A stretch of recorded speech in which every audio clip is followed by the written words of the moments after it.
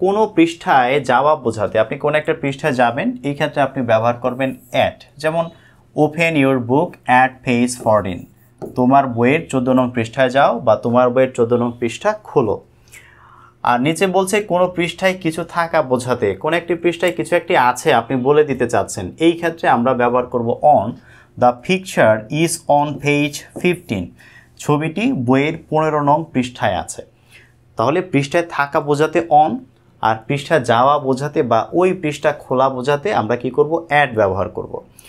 এই প্রশ্নটা দেখেন, এখানে বলা হচ্ছে যে the diagram I am referring two, যেই ডায়াগ্রামের কথাটি আমি বলছি, ইজ গিভেন অন পেজ 3, এটি 3 নং পৃষ্ঠায় দেয়া আছে। তার মানে এখানে পৃষ্ঠায় যাওয়া বোঝাচ্ছে না, ওই পৃষ্ঠায় আছে এই বিষয়টি বোঝানো হচ্ছে, এই কারণে আমি অন দাগিয়েছি। সো আমার আনসার হবে অবশ্যই টু এবং অন।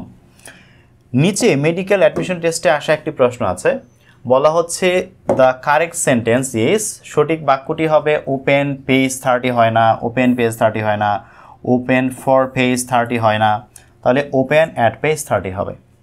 3 নং প্রশ্নটির উত্তর আমি বলতে চাই না, 3 নং প্রশ্নটির উত্তরটা আপনারা কমেন্টে লিখবেন। আমি যেভাবে এখন বুঝিয়ে দিলাম, আশা করছি এই প্রশ্নের উত্তরটা আপনারা পারবেন এবং অবশ্যই কমেন্টে লিখবেন, তাহলে আপনার ব্রেন সহজে মনে রাখার চেষ্টা করবে।